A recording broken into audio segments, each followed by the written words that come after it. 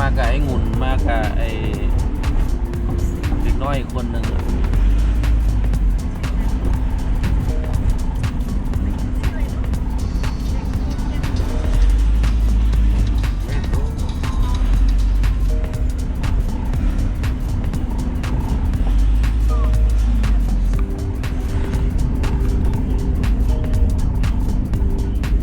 ทะเลเผาดูนะปูเป็นเนี่ยแหละปูเป็นไม่มันจะถึงปูเป็นแล้วไป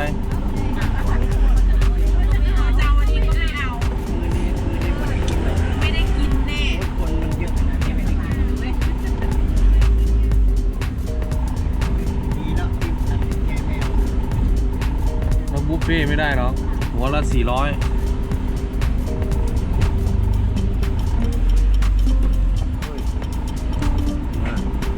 เนอะหลังเดียวเรียนมหาเลย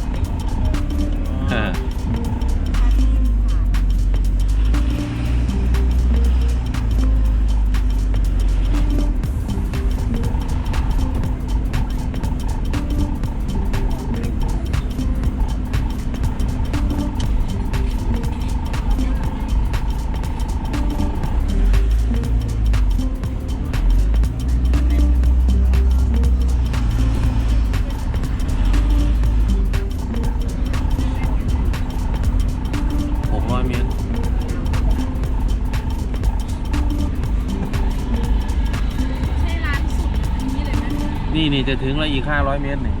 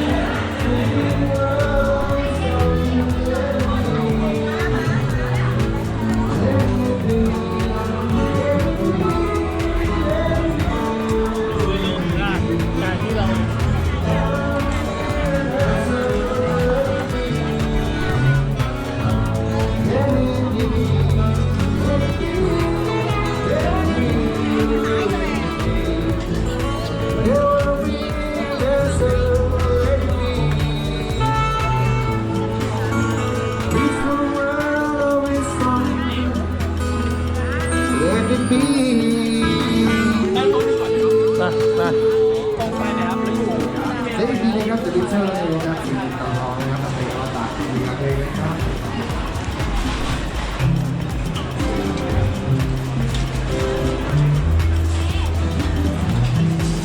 แบบที่มีที่ว่างไหมครับ น้ำหัวหน้าเลยค่ะ อ๋อเขาเจอ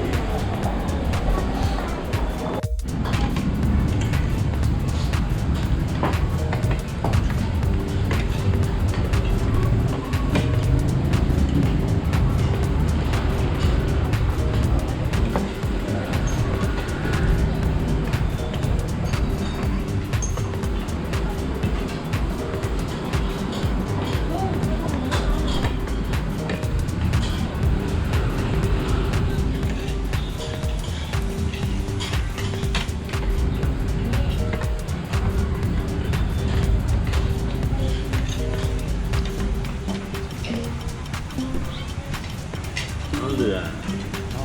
จากเมื่อไหร่จากท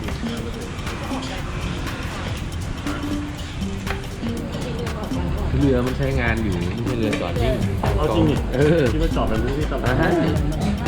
ผมยังใช้งานอยู่เหรอ มันบอกไปใช้งาน อ๋อ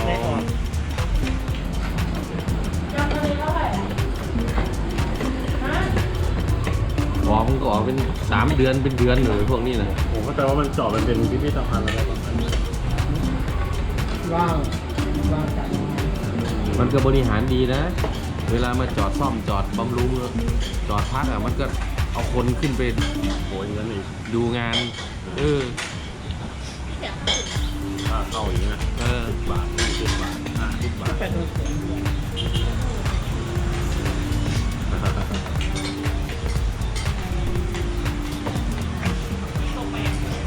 มันกว้างมันเล็กเครื่องมีขึ้นลงออกเขาเปิดเอาล่างไงลงไปดูซ่อมไป มันเหมือนที่เราไปดูมันเหมือนท่าจอดเรือของไอ้เรือแคปิตันเล็กๆเลยอยู่กับเอายุทธการอะไร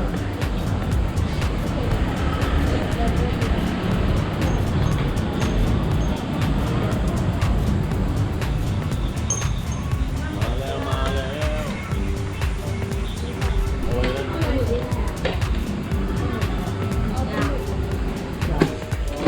ก็อยากดอกอยากดูดู มันเยอะขาคน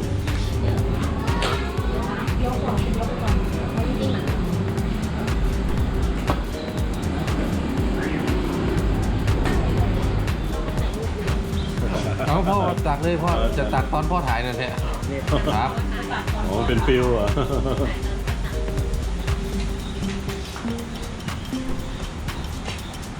เอาแล้วจิ้มที่ใส่แล้วมันได้ใส่พริกกับเขา ยังคือ เป็นไง เด็กอยู่ตรงกลาง มาแล้วมาแล้วใช่เลยน้ำจิ้มมาแล้วขอบคุณครับ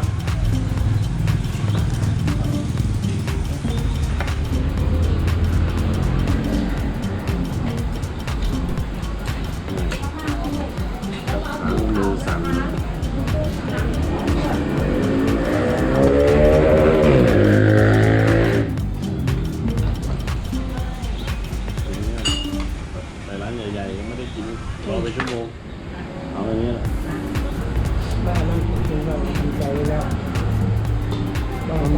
มันเหมือนโกยลูก ไอ้ ค้าไปอยู่นั่น รอชั่วโมงเนี่ยกลัวอย่างเดียวก็คือว่าอาหารบดอีกต่างหากเนี่ย แม่ ที่เจ็บปวด เหมือนที่ไอ้เราวิ่งหาวันพ่อวันแม่ไปแล้วอาหารหมด ไอ้ที่สั่งอันนี้ก็หมด อันนี้ก็หมด อันนี้ก็หมดเหลืออะไรเหลือข้าวผัดโอ้ยกูจะมาทำไมเนี่ย เจ็บปวด สุกกันตรงเลย แล้วกูจะมาร้านแกทำไมมากินข้าวผัด เราทำเป็นเทสก่อนรับออเดอร์โอเค ไอ้ร้านปูเป็นนั่นตรงอาหารไม่น่าพอเลย ไม่ยิงกับไปโดนยิงคนเยอะเนาะ สลาเนี่ย โอ้การปูเป็นวันนึงร้านหนึ่งอยู่กว่านั้น ว่าก็อาหารทะเลก็ อาหารทะเล แพง น่าจะโต๊ะละหมื่น ใช่ เพราะเรากินปกติ 4-5 พัน อ่า แต่วันนี้มันวันพิเศษมันก็คงจะแบบสั่งแบบพิ ไม่ เศ เป็ ษ น หน่อย กุ้งมันไม่หรอกเป็นปูมัน ตัวใหญ่ไหม ใหญ่นี่ จานละ1,000 กว่าบาทเลยนะ2,000นู่นนะ มันกำลังจะหยิบตัวจานที่คนใส่ตัวมันมองดูหยิบตัวเอง เพราะว่าคนถึงจะไปพวกมันแถวนี้มันล้างเลย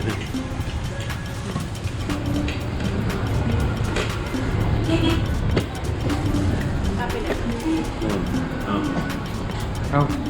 มีนเกิดมิวหมึกลูกเขาเอาหมึกให้ลูกหน่อยเอาไหม มี5 โล เอาก็หมึกกินกับข้าวไงลูก อร่อยลูกผมย่างสด มีน ๆเอา ห มา มึกย่างเอาลูกพูดคือดีเหรอ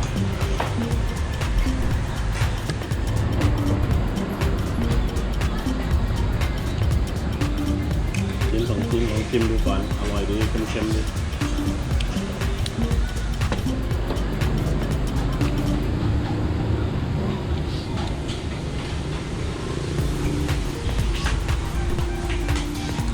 ไอ้ปั๊บกับแม่มันเป็นอะไรเนาะ ช่องนะ อ๋อ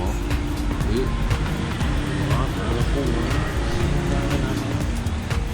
กุ้งเล้าป่ะ เขาจากร้านลุงนะ อ๋อ เพราะเขาต้องมามีเตาอยู่นะ เตาอยู่นู่นเดี๋ยวแบ่งกันไป จำ จะ ได้ ทำตรงนี้เลยนะ จำได้บอกเมื่อวานผมเดินเข้ามาในครัวเขาเลยเธอถามนู่นนี่นั่นนะ ฟังนู่นเผาอ่ะเนอะ ย่างเลยสด แกมันคงจะไม่ใช่ไม่ขายน่าจะปรับปรุงพัฒนาแล้ว ๆน่าจะโดนฝั่งนู้นเขาดึงลูกค้าไป ทางด้านโน้น ที่ตรงนู้นท้ายตาราง เอามาแล้วมา อะไรเนี่ยไว้อย่างเดียว ตาญาติเหรอ พยานนี่เนาะ วงวางกลางเลยก่อนน้ำจิ้มซีฟู้ดเพิ่มด้วย เดินลำบากเลยยืนเป็นอันเดียวกันสักเดียวก็เลยถามมันจะได้เร็วขึ้น พื้นที่ชาวได้แค่นี้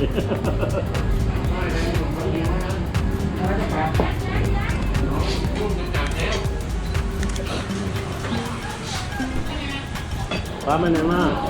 ไปไหนมาป้า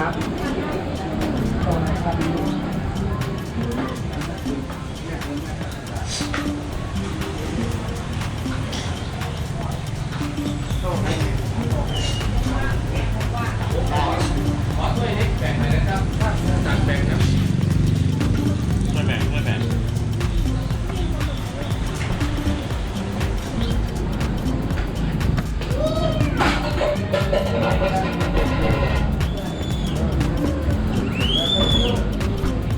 อร่อย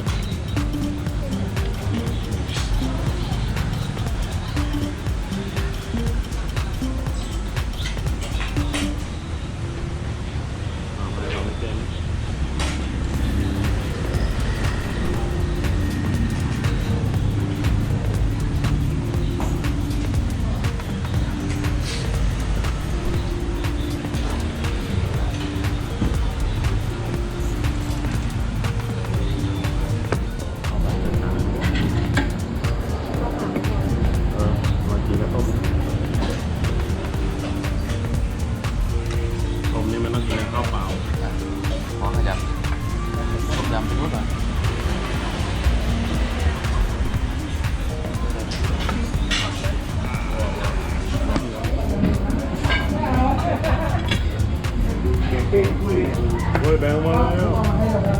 ไหนไอ้กล้วยแบ่ง คนแบ่งแล้วไม่ใช่ถ้วย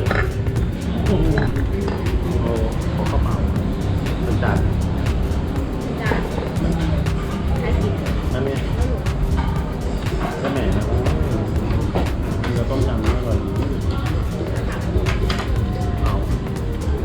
ถึงจะสั่งยากมาสั่งต้มยำให้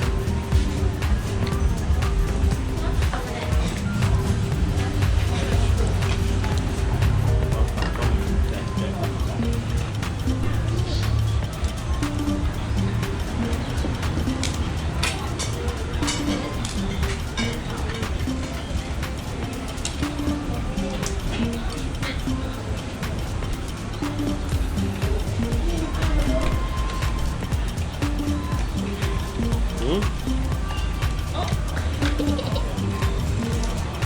หัวตู้มันกระเด็นเข้ามาลงไปแล้ว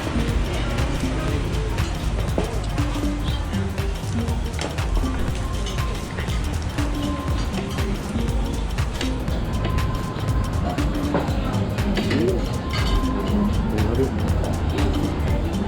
อ่ะ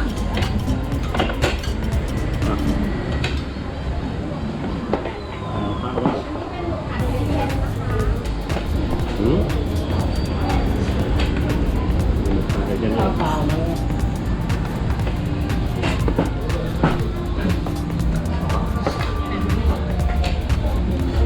วางไว้เลย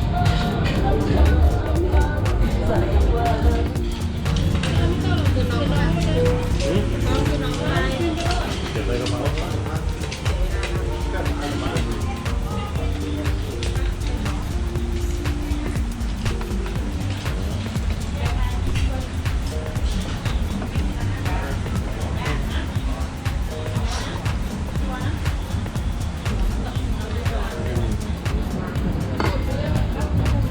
ข้าวข้าวนี่ก็ต้มยำเลย เอาข้าวด้วย เอาเนี่ย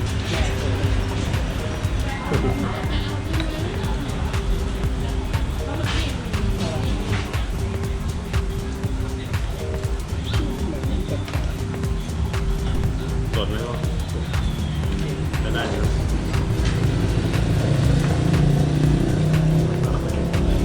โอ้ยแกไปย่างอยู่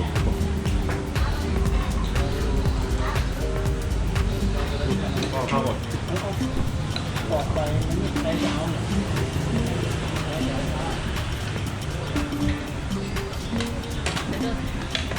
มีกลิ่นเลย เ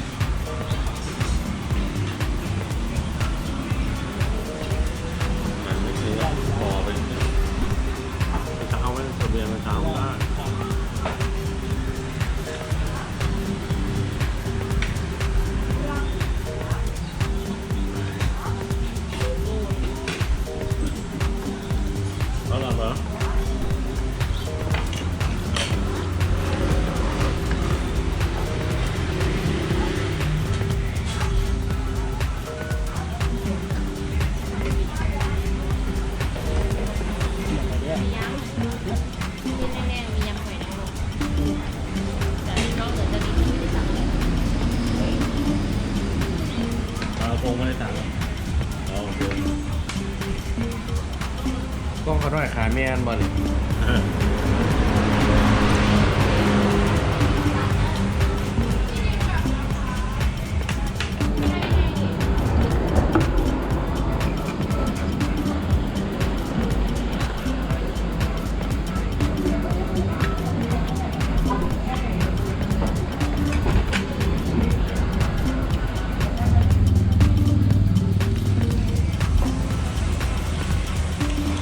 วินเดอร์ เด้อเอาเก้ายิ้มยัง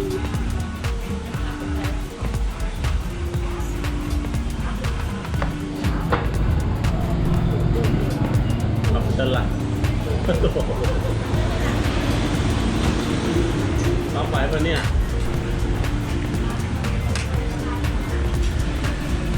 ถ้ากินหมึกผัดไข่เค็มเลย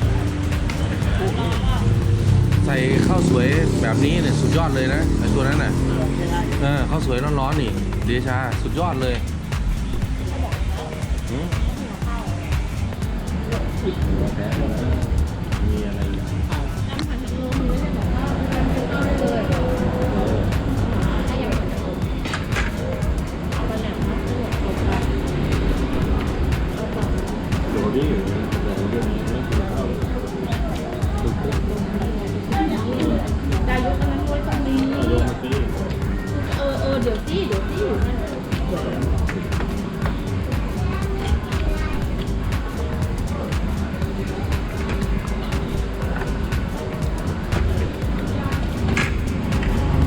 แม่นั่นแค่ขัด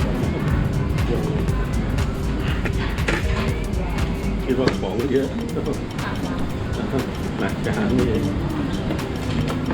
ปึ๊บ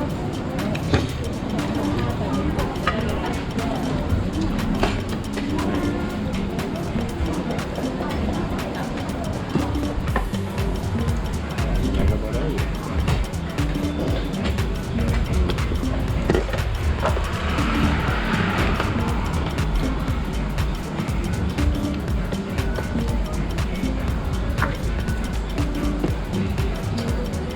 เดี๋ยวเราตื่นเต้นไม่ได้กินเอาหนูมากินปูเป็นนี่รอนานนะ ไม่ใช่เทศกาลหรอก มันจองไว้แล้วมันบริ อ๋อ ษัท เราเข้าไว้แล้วเราก็ไม่บอก แบบโต๊ะรออาหารพร้อมเสิร์ฟมาถึงกินได้เลย ใช่สิถึงไม่เรียกร้องปูเป็นมาโอ้ไม่ แล้วก็จัดทอดจัดจานอะไรเรียบร้อยหมดแล้ว อาหารมาถึงปุ๊บ ถ้าโนเนมอย่างเราไปก็เรียบร้อยแน่ไม่เหลือ ตัวว่างเขานั่งเลยก็ไม่ได้ โทรมาจองยังไม่ได้นะพ่อต้องโทรมา กิน ให้วอล์กอินเข้ามาเลย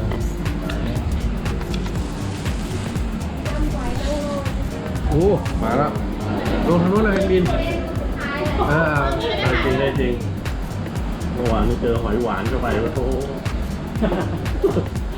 สั่งหอยนางรมเจอหอยหวาน หอยแมงปูป่ะ หอยหวานดิ เมื่อวานที่สั่งหอยแมงปู นี่แหละ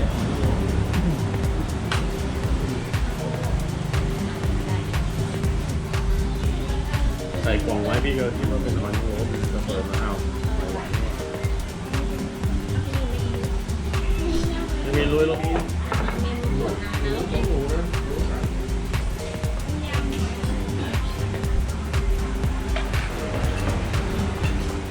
ได้ผ่านไหมหมึกต้มหมดยัง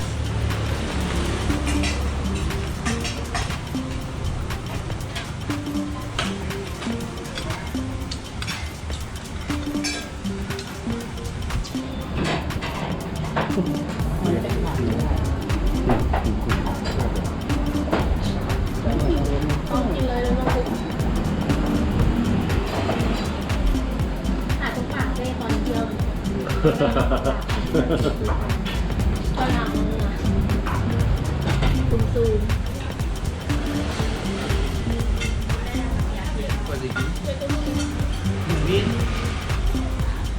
คนเล่น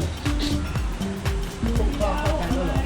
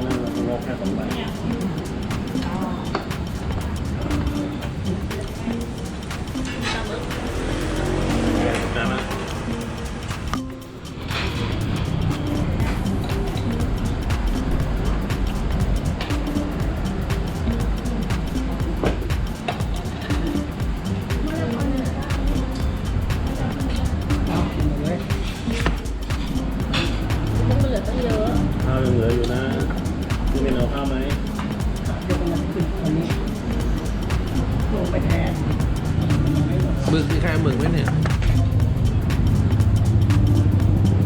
เดี๋ยวห่อกลับไป มีไม่ได้เลยครับ พี่เป้ไม่เห็นกินเลย นี่เอาอะไร กินลองตามนี่จำหวยเองว่ะ ครับหอย น้องมี โอ้หอยเขาสั่ง น้องมีมองตาม ยกไปเลยครับ ยกไป ไม่มีใครกินหรอก ก็ตัดใส่จาน แต่มันเผ็ดนะพี่ ก็ ชอบ ยกไปเลยตาก็ไม่กิน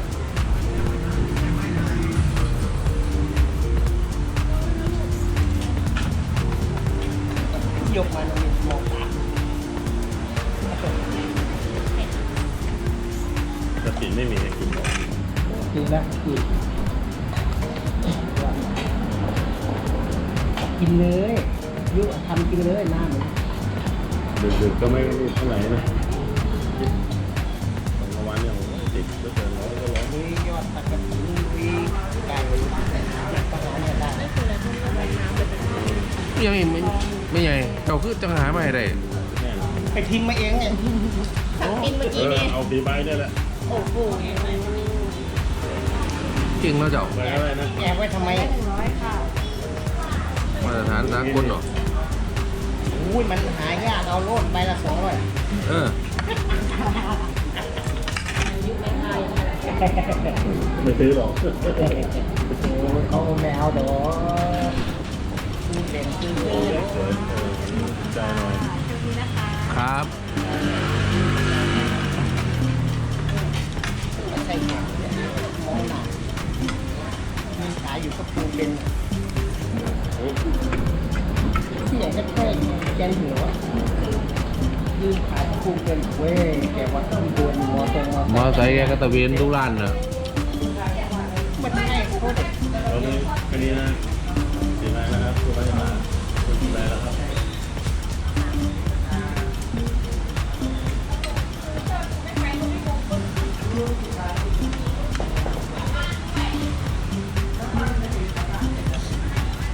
กินเลย